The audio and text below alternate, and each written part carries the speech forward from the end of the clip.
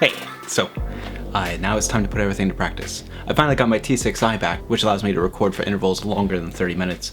And so this is going to be sort of a long form recording of me coding this up, and then at the end of the video I'll record another segment where I'll just really include that in the actual video. So this will be a separate video where I'm just doing a straight recording of me coding from scratch.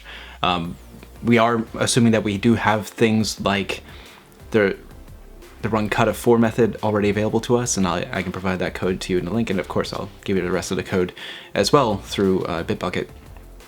And so this comes down to just coding up a handful of things. I'll show you how to do this in a way that's efficient and fast so that you can implement this on sort of a large number of trajectories. If you're not careful with how you code this, it could take weeks in order to run versus just a few seconds. So like I have actually seen a factor of, I think, going from half a second to 180 seconds for just a small number of snapshots if you're not careful about how you code this. And it really comes down to figuring out good ways to efficiently code up gram matrices. So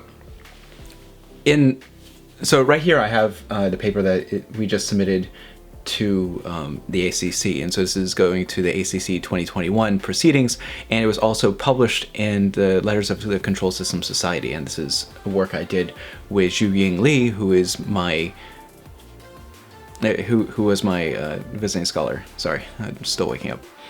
Anyway, so this work was supported by both the NSF and the AFOSR and projects that were intended to investigate various properties of occupation kernels. AFOSR is much more concerned with these occupation kernels attached to control systems and control identification, which is something that we're going to turn this to next. And then this is also providing one of the first real nonlinear system identification routines for fractional order systems, although I'm going to show you how to do this all for integer order systems. And then over the summer, as sort of an extra thing unattached to the class, I'll show you how to code up a lot of these same techniques that we're doing in the class, but for fractional order systems, which is really a non-trivial extension of what we see. In truth, I mean, like most numerical methods, it's actually going to be fairly straightforward to do, forward of a change, but it requires a whole new theory that has to go behind it. In this case, I'm just going to show you the integer order case, and then later on, like I said, I'll extend it. So if you look at the code here, really our goal is to find these WJ that need to go and be attached to these occupation kernels. Now, previously on the YouTube channel in the tomography class, we talked about how to do computations with occupation kernels for motion tomography. Now, I would like to do this for a similar sort of setup where we're trying to compute the approximation of nonlinear dynamics, and here we're going to use our occupation kernels again as our approximation method, and this is going to be and basically what we're going to do is we're going to use a regularized regression problem and then solve that, and you can see the regularized regression problem here, and this is using the functionals that have to go to fractional order systems. And here, this is ultimately what you get. So there's VIs and VJs. These end up being column vectors of these occupation kernels interproducted with each other, and ultimately this ends up being just a column inside of our gram matrix. So the whole trick here is really just going to come down to making a gram matrix for the occupation kernels, and then we're going to chop the columns up from the gram matrix, and we're going to turn it into these sort of outer products or rank 1 tensors of these columns, add those together, add lambda, which is just user specified, so 0.001 or something like that, and then we're going to multiply this and then times CJ.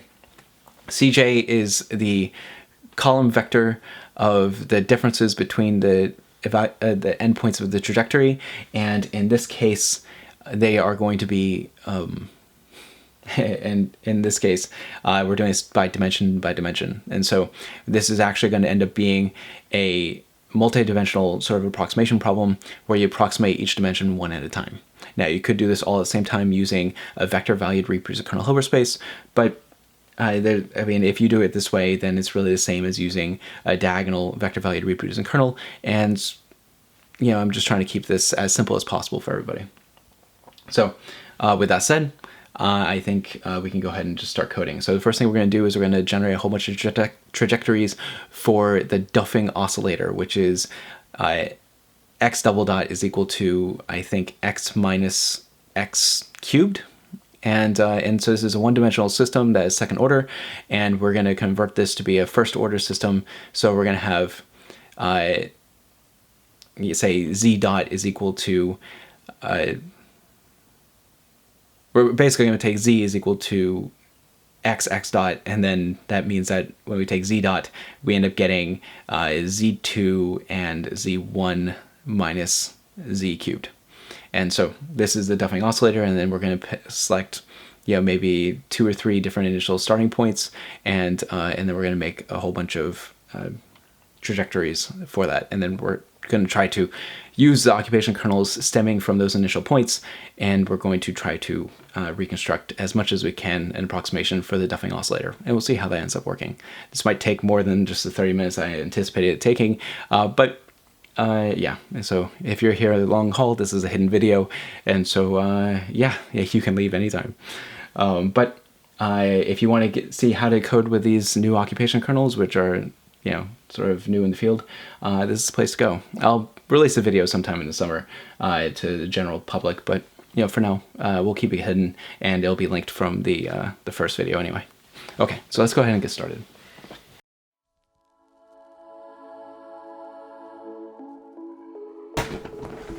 Okay, so all right, so blank slate. Yeah, well, that doesn't look so blank. Let me get this into our nice little window. Shoop. There we go. And probably won't need that side. And this has a whole bunch of other stuff that we have going. Okay, so let's make a new file to just generate our trajectories. And so I'll say Duffing generator. And so this is going to make a whole bunch of trajectories for us. I'm going to say, so this will give us the trajectories for the Duffing oscillator. All right, so that gives us, start with the dynamics, f of x. And so here we're going to have x2 and semicolon x1 minus x1 cubed. I think that's right. I think I still have the Duffing. No, actually, it's a different computer. Okay, yeah. So this is the Duffing oscillator dynamics, and so I'm going to try to get. We are going to sample in the region, say -1, say -3 to 3 cross -3 to 3. All right, so a two-dimensional system. I'm choosing a two-dimensional system because it's going to be easy enough for us to see how the approximations are doing if we try to plot it out. All right, so we want a sample in this region. How are we going to get that? So we need to come up with points for trajectory samples, and so x sample. I'm just going to say we're going to make it go from, say, -3, and we'll say sample at 0.5 and go up to 3. And so then I'm going to make xy. I want to have a field of samples here, and so this is just going to be a mesh grid of x sample. Okay, so we'll go ahead and run this. Bloop. And so let's see what x looks like. Well, x sample, let's take a look at that. It looks like it's 13 columns, and if I take a look at x, it's going to be the x values for all of our samples. And so columns 1 through 8, and then up through 13, and so then this should all be 1, 2, 3, 4, 5, 6, 7, 8, 9, 10, 11, 13. Yeah, sure. Okay, cool. So I want to have a nice list I can run through and put things together. I'm going to go ahead and reshape x. I'm going to reshape as x, and let's say we're just going to have one column and as many rows as we need, and ditto for y.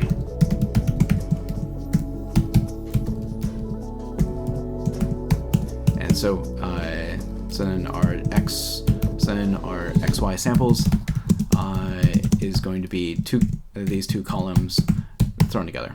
All right, so if we run through here and I take a look at XY samples, this should be a 13 by 13 grid of points. And so let's take a look at, say, the first 26, and yeah, there we go.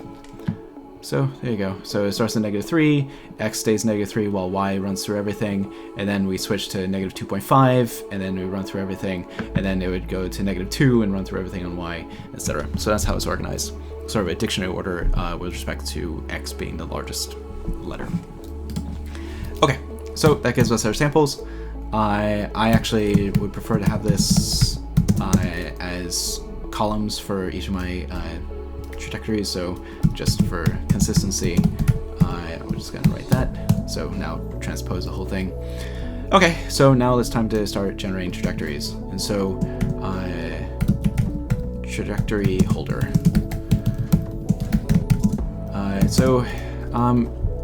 How many points do you think we should need in a trajectory? First, let's just pick an h. H is equal to 0.01, let's say, and let's say t is equal to 1, right? So that's going to be a pretty accurate h, and we'll just run with that for now. That means that we're going to run each of our trajectories for 100 steps-ish, and so let's see. Using these two guys, I'm just going to go ahead. I have an RK4 method in here, this guy there, and so let's see, what is this? So this is the statement, and so I'm just going to take this guy, and we're just going to start at, say, I'm just doing a test to see how large I need to make the trajectory holder. So let's start at, say, 0, 1, and we'll run with the f we have already. H is that, and t is 1. All right, and there you go. What's wrong? Something's incomplete.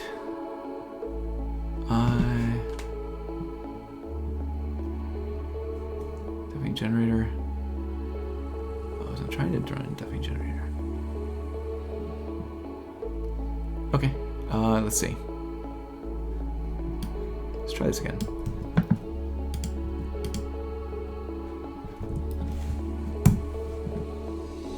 Okay, still thinks it's there. Alright, I don't know what it's trying to do here. Put an empty matrix there, maybe that.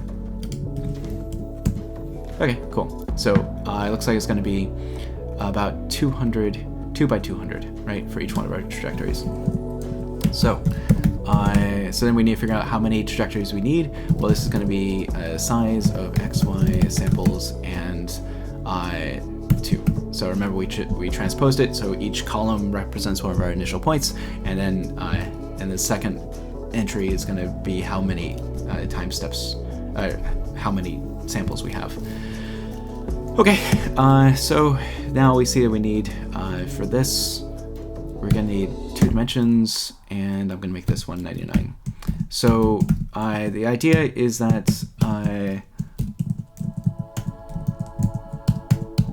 so for trajectory holder, we have first entry is indexes our trajectories. Second is dimension, and third is time. And so a trajectory.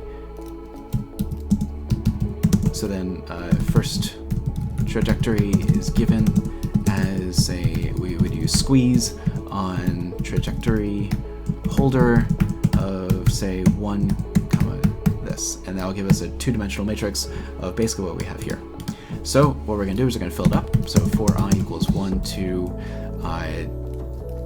size of XY samples, 2, and then that's what we do. We go ahead and we say trajectory holder of, say, I : this should be equal to RK4 method of say XY samples column and then yeah, we have F, H, and T. And there we go. And let's see. And so then we just go ahead and push play. See what happens. There is no. Oh, yeah, that should be gone. Okay, that was a placeholder. All right, let's run it, and there we go. So.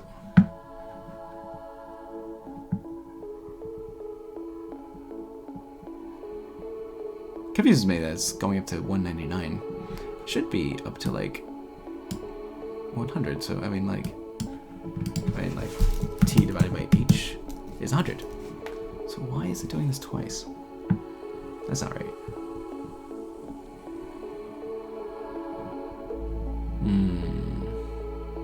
Let's check out my array form method. Did I screw something up?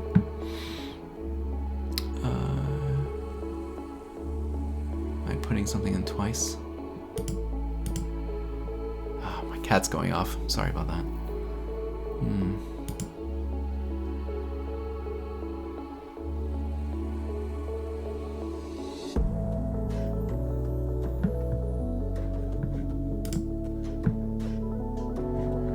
So F takes a column, and it should return a column. I think. Yeah, it's returning a column. Let's see, and then F takes a column, V1 prime. Oh, that's not right. There we go. Fix that. And fix that. There we go. So, all right, now let's try this again. RK for, it's amazing even ran. Up to 100. There we go. That's what I expected. So we're just gonna say 2, and then we're just gonna say t divided by h, and yeah. All right, let's run this again. Boom. Okay. So now if we take a look at the size of a trajectory holder, 169, 2, and 100, and 13 squared is 169. So yeah, there we go. So that's exactly the size we wanted, and so we have generated our trajectories. I'm going to throw these trajectories into something to hold on to them. And so I'm going to say W is equal to trajectory holder. And then what I'm going to do, what is all this? Oh, I see. That's what it's doing. So then what I'm going to do is I'm going to come in here and I'm going to select W, and I'm going to select H, or W and H. And I'm going to save these so I can use them later. So MATLAB. So we'll say a bunch of duffings. Save. Okay. All right. So now we can finally get to our actual algorithm.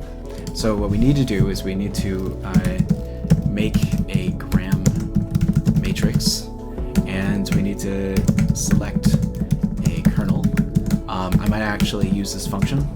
Part of the way of doing this quickly is to divide this up as much as you can. So ultimately what I'm going to do is I'm going to have kxy, that's my kernel function, and the easiest one for me to show you today would be just the Gaussian, it's not the exponential dot product kernel.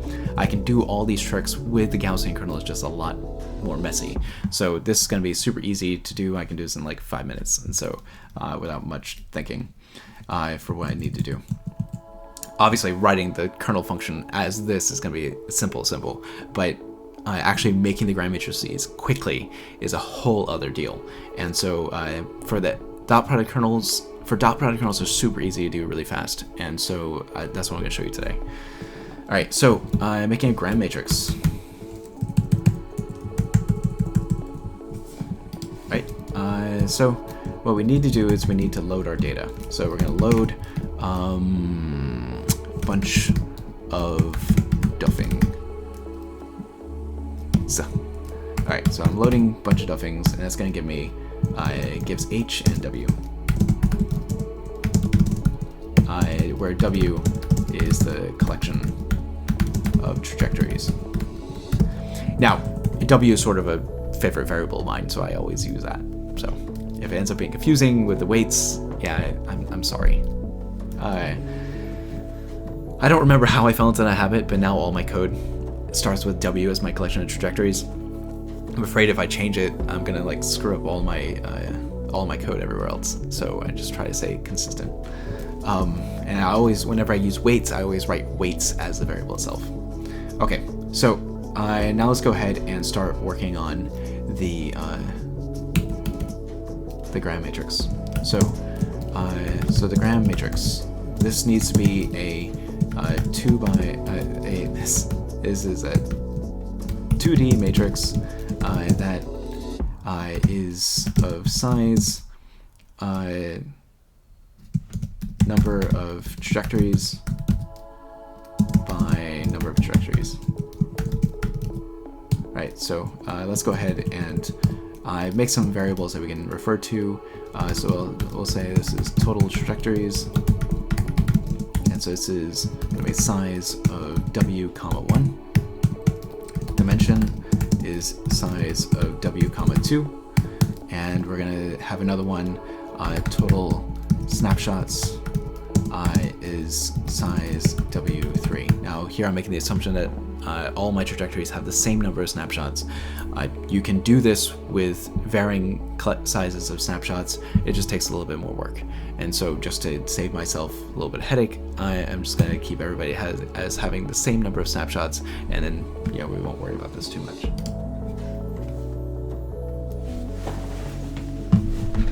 One second.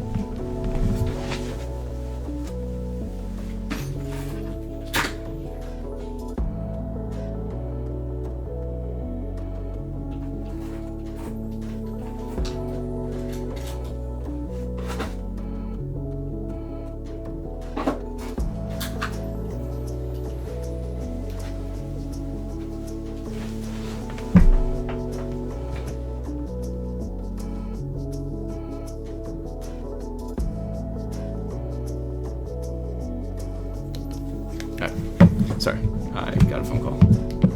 All right, so let's go ahead and make this gram matrix. So I start off with a placeholder. Gram matrix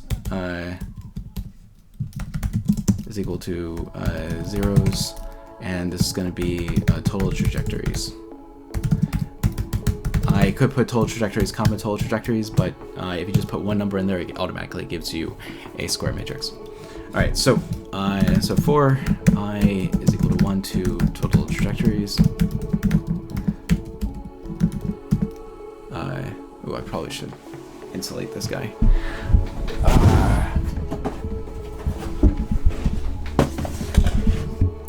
Sorry, didn't think to insulate the audio there. Maybe I'll swap audio at some point. All right, so the total trajectories, and for j equals 1 to total trajectories. Here, then we're going to have a gram matrix going from ij. All right, now this is where all the fun stuff happens. Making this gram matrix is going to be kind of tricky. So what we're going to do is we're going to take, I'm just going to make some dummy variables to make things a lot easier for you guys. So I'm going to take trajectory 1, and this is going to be at a w, and we're going to say squeeze w, and we're going to take I, and we want all of the points, right? And we're going to take trajectory 2, and this is going to be squeeze w, j, comma, and all the points here. Okay, so in order to do this quickly, we could run a for loop and then do everything like that and add them together and integrate, and that is going to be a headache. So what we need to do, and it's going to give us a quadruple for loop, and quadruple for loops are horrible in MATLAB. They take hours to run. So, but we can make the seconds to run if we just are clever about it. So, so essentially we're going to take the exponential of 1 over mu times, we're going to take trajectory 1 prime times trajectory 2. So this takes all of the pairwise inner products between the trajectories out of trajectory 1 and the the snapshots out of trajectory 1 and the snapshots out of trajectory 2. It takes their pairwise inner products and makes a huge matrix out of them. Exponentiating a matrix is really fast in MATLAB. Well, actually, we're not exponentiating a matrix, we're pointwise exponentiating this. And so that happens really quickly in MATLAB. And then, of course, a mu term is in there too.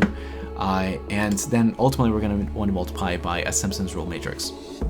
So let's go ahead and make our Simpson's rule vector. And so Simpson's rule basically goes like this. It goes 1, 4, 2, 4, 1, right? And it needs an odd number of terms, and so we might have to actually trim something. So first of all, if total snapshots is, we take a look at mod total snapshots of 2, so is it even or odd?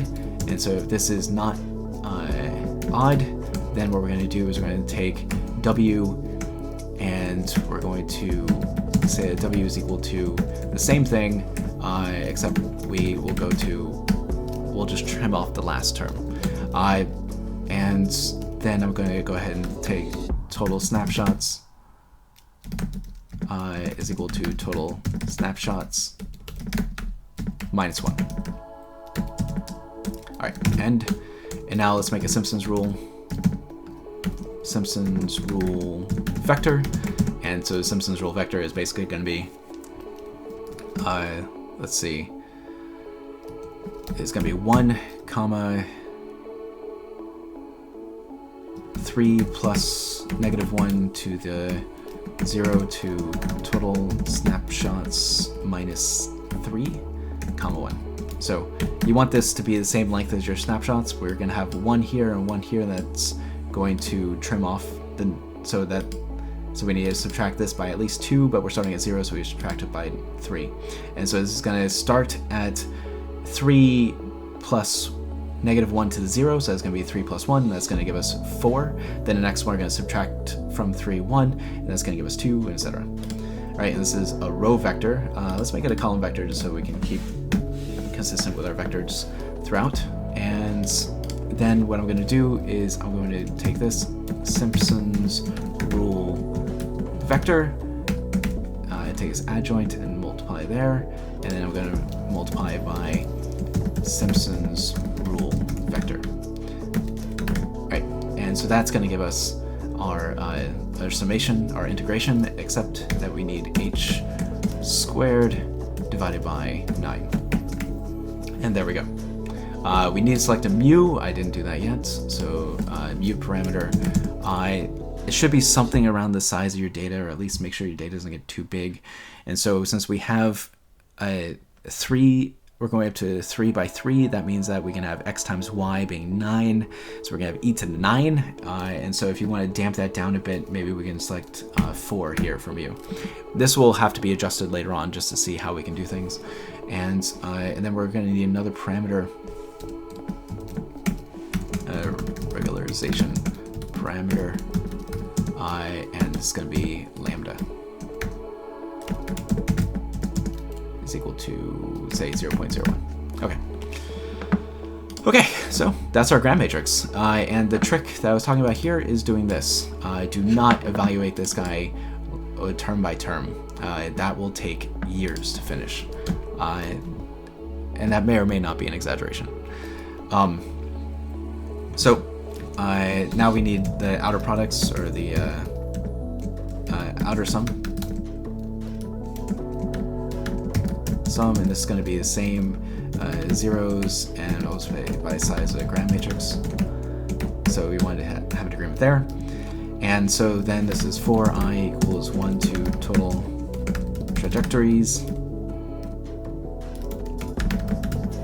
And this is super easy. What we're going to do is we're going to take each column of the gram matrix and make an outer sum. So we're going to say outer sum is equal to outer sum, and then plus gram matrix, take that entire column at I, and then multiply by gram matrix column at I. So these are rank 1 matrices that we're adding together.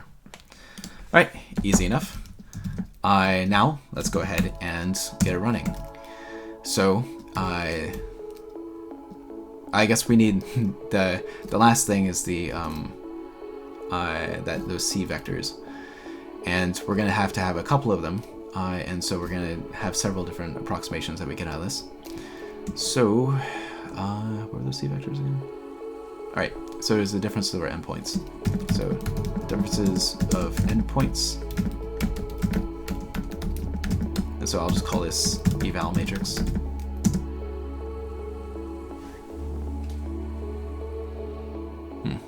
Looks like when I got my T6i, they ended up updating it with newer firmware, which doesn't allow me to just record what I want, as long as I need to. So that's a little frustrating. But, it's life. All right, so back to recording. So the evaluation matrix. This is going to be something. Broke my concentration. Alright, so this is going to be the difference of my endpoints, and these are all two-dimensionals. So we're going to have zeros.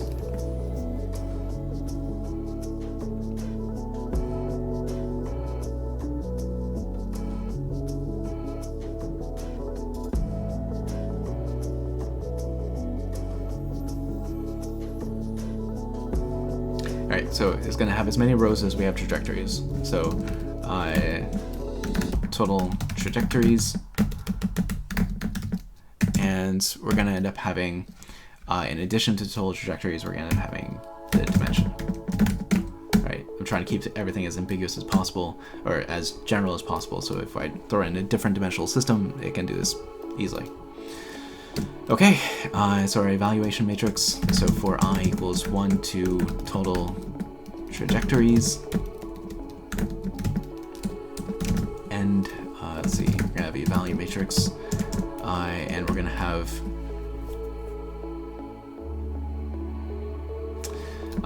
so we're going to be at I, and we want both columns, and this is going to be W, say squeeze W of I, and we're going to take all of those guys, and we're going to take end. We're going to subtract W of I, all those guys, 1, and transpose it. There we go. And, yep. So that should be everything we need. So this is the difference between the endpoints, and I just made them into, each dimension has its own column. And so what ends up happening is I can get my weights all at once by just, so let's say weights are just going to be, I'll say the pseudo inverse just in case we have a poorly conditioned, so it'll automatically use the SVD. And pseudo inverse is a gram matrix against our evaluation matrix. And I usually keep these, all of these variables the same between all of my code, so hopefully that'll make things easier. And so each column corresponds to weights for a different dimension. Okay, cool. All right, so that's 90% there. We've coded up the gram matrix, coded the outer sum, we've coded up everything else. Oh, that's not the right weights. Sorry, poor habit. So this should be gram matrix according to the equation that we saw here. So we're going to have our gram matrix times lambda times our gram matrix, and then we have outer sum. Sorry, just wasn't thinking. Old habits. So here is our outer sum plus lambda times the gram matrix, inverse that, and then times the gram matrix times the value matrix. Okay, there we go. That's it. Okay, so that gives us our weights for our approximation. Now, as a two-dimensional system, we should be able to evaluate this easily enough, but first we have to figure out how to compute the occupation kernels. Okay, so let's come up with an evaluation vector for our occupation kernels, and in order to do that, I need to use my trajectories, and I need to do this against something like what I did up here. So we're going to make something like this, and yeah, so let's just write things down real quick. So here we're going to have not gram matrix, So occupation kernel evaluation, and let's see how this goes down. So we're going to have, it's going to be integral from 0 to t, just so I don't have multicolors, put as a comment, of the exponential of 1 over m, 1 over mu, times the value we're evaluating at transposed times gamma of t for a particular trajectory, and we're doing this dt. Alright, we want to do this over and over again for each of our trajectories.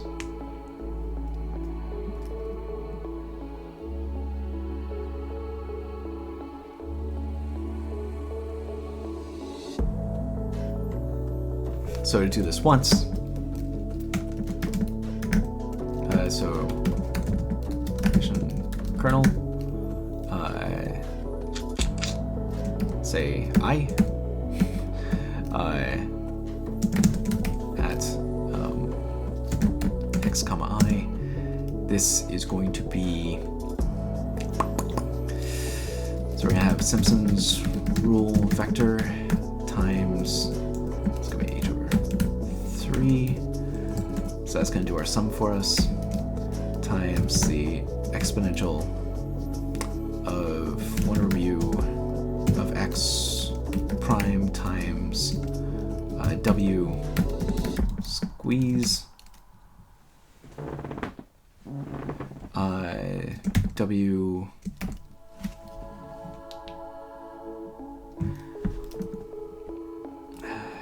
I comma colon. That should work. So that should give me the occupation kernel there. All right, and let's see.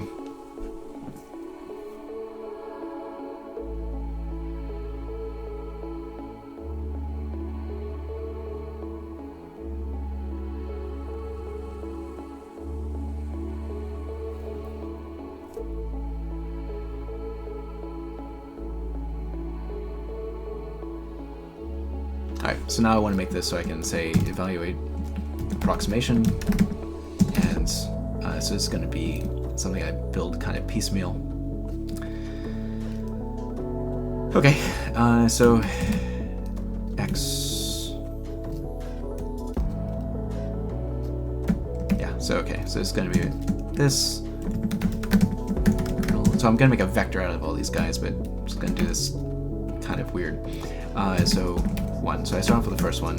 So I say for I going from 1, I say 2 to total trajectories. What I'm going to do is I'm going to have evaluation approximation is equal to at evaluation approximation,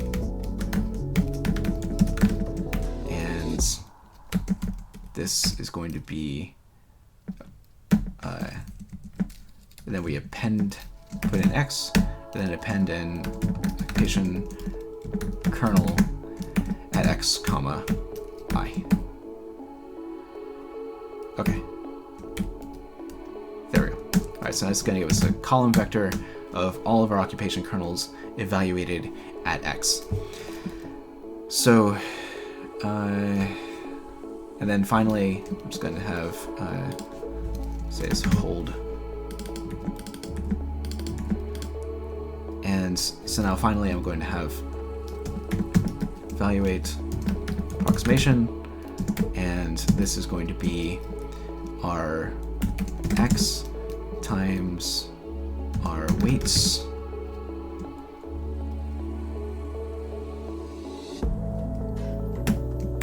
times our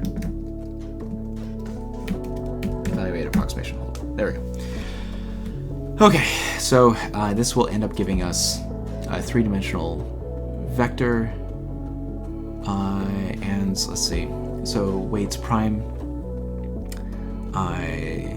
yeah, that's going to have 3 rows, and there's evaluation approximation is just a column, so this ends up being, so This gives us a vector, column vector of size dimension. Okay, so that's our approximation. See how long it takes to run. So this is occupational regression code, and let's see, and it's fast because it's broken. All right, where did it go wrong? I actually got down to line 56. All right, what happened? Missing multiplication operator. Here. There we go. Boop. There we go. I give it a try. Calling it index. These parentheses. Did I miss parentheses? And boop. There we go. Should work. All right. New line. Correct dimension. Line 13. Oh, and yeah, period here. Okay, so now it's running. Let's see how long it takes. And not too bad. Actually, why don't we just do that again, and I'll put a tick and a talk so we can tell. So tick and oops. Talk. Okay. And took 2 seconds. Not bad. Honestly, this could take over an hour if you were not careful with your code. So now let's go ahead and take a look and see what else we're gonna do. So we want to plot the approximation, and it's going to be a surface. So we're going to take in our variables for plotting.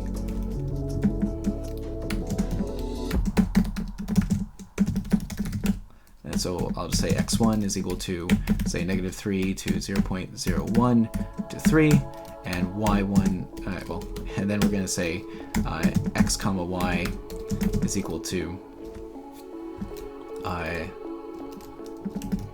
mesh grid of x1. Okay, and then we'll say z is equal to 0's size of x, and we'll call this z1, and we'll have a z2 is size 0's size of x, and yeah, now start making these plots. Blah, blah, blah, blah.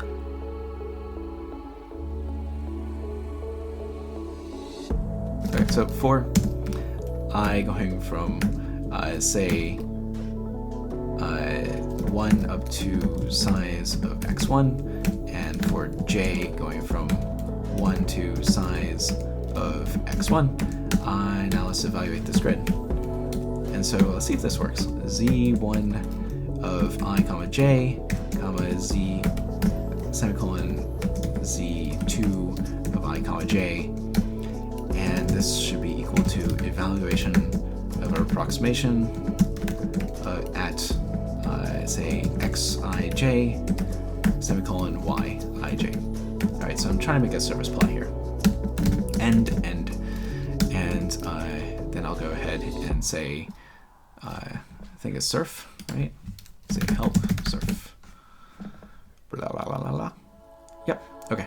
So then we'll say figure, and we'll say surface xyz1, and we'll put a title on it and say title first dimension approximation,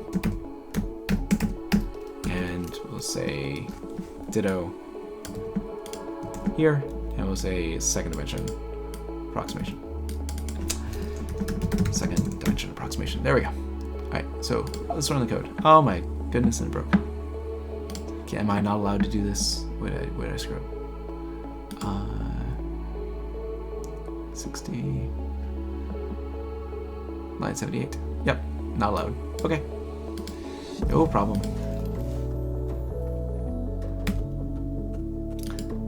Doop, doop. Let's see. So evaluate this twice. I'll say hold me is equal to this, and then we'll say this is hold me 1, and this is going to be hold me 2. Oh wait, did I just screw that up?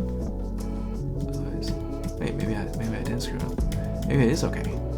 I just saw an error. This should be here.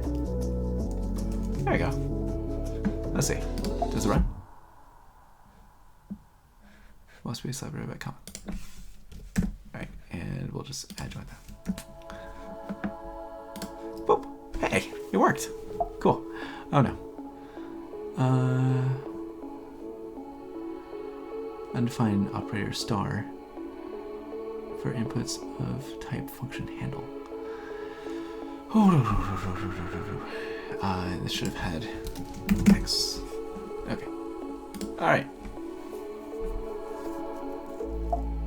No.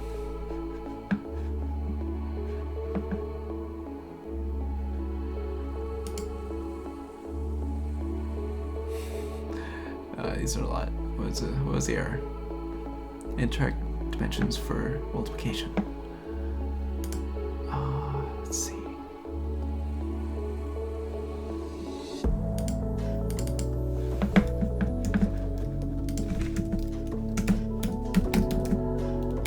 Sorry, just need to. Okay, that's where that problem was. Okay.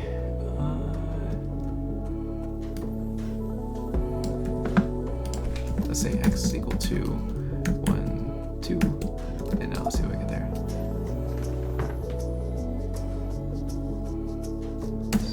Right, that works. Alright, let's see. Does this work? We're using star. Simpson's rule vector.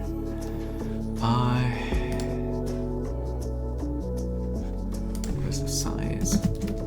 Simpson's rule vector. It is a row vector, 99. And let's see what the size of this guy is.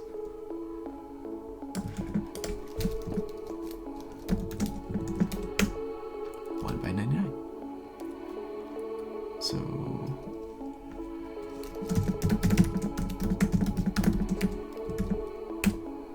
okay, it's not ideal. That's not what I wanted. So let's see. That did not work.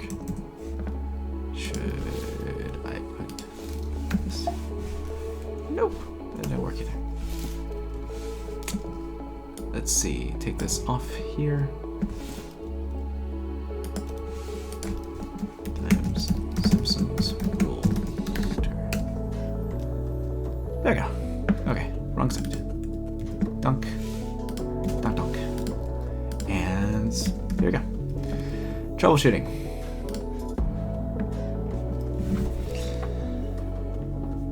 Okay, good. Too many arguments.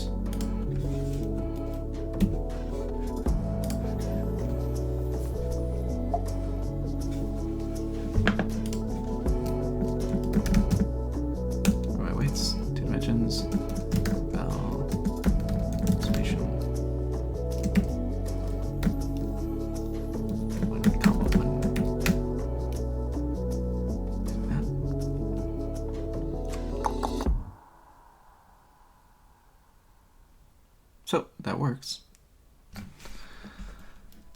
Okay. Too many output arguments. Okay, fine. This didn't work. Dump, dump, dump. And here we go. Delete this. And we'll just go back to that hold guy we had before. So we'll say hold me and put that here. Now we have this guy is going to be hold me 1, and this guy is hold me 2. Run.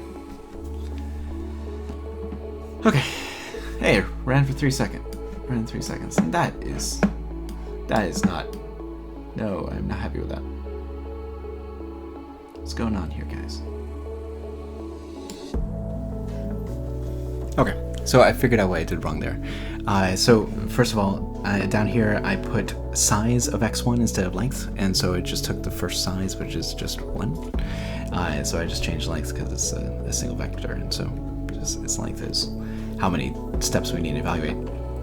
So once I did that, I also reduced the number of trajectories I was looking at by 1/5, and so I just redefined W as being, just only 1 out of every 5 of those trajectories I was working with. Makes things run super fast, but now I can actually get a decent approximation.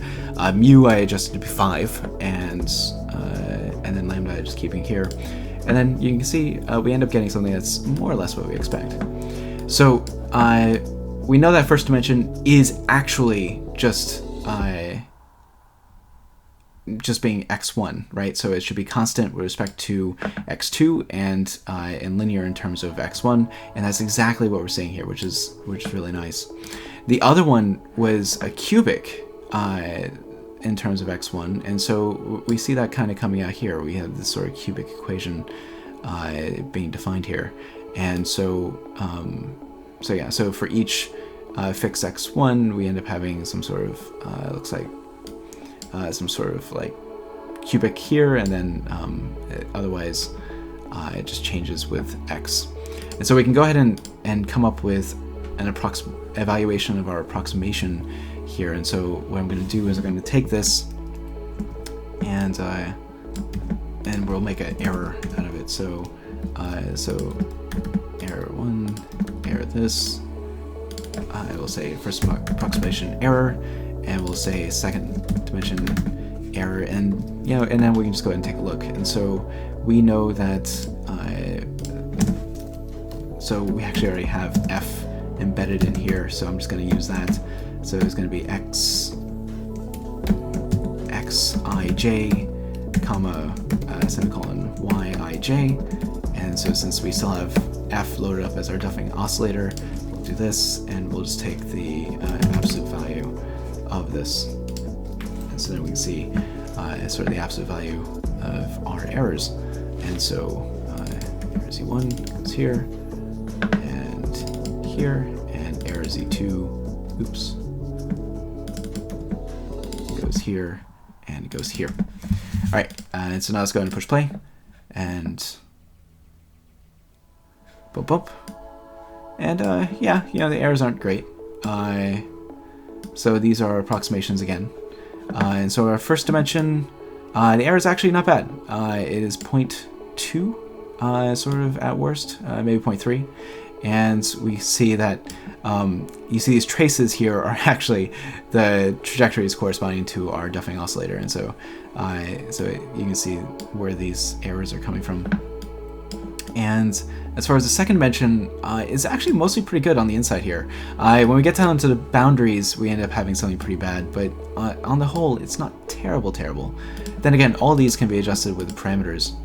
And so, so for instance, if I want to really enforce those functionals, I just change it to decrease what we get from lambda and take that down. And you can see that it really improved the error here. So it's forcing it to be really small. And so this error ends up being, for our first dimension, down to being under 0.5. Ignore the outside regions. This is where the support for our trajectories are sort of going away. And so this is where all the action's happening, is inside here. And here, you can see exactly the same sort of thing happening. So our error is down to being very small. We have some peaks here and here, but that's not that bad. And then in here, this is becoming more and more just a cubic like that. This is nearly perfect. This is amazing. And this one is practically linear. And so yeah, so you can see by adjusting these parameters, you can make this much better. And yeah, and so with this, I think I'm going to stop. I'm going to go record the actual video, and so this MATLAB code you can find in the link in the description. And so there it's going to be a link to my Bitbucket, and then otherwise, yeah, you'll probably, if you found this video, you probably found the other one, and so you've already seen me talk about this, but so I'm going to record what you will see in that video is sort of the high-level interpretation of everything that's going on here. I'm actually really excited that it's working out this well, especially coding this up in maybe an hour. Okay, so thanks for watching, and yeah, sorry to take all that time, but yeah, it's exciting. All right, so I'll see you next time.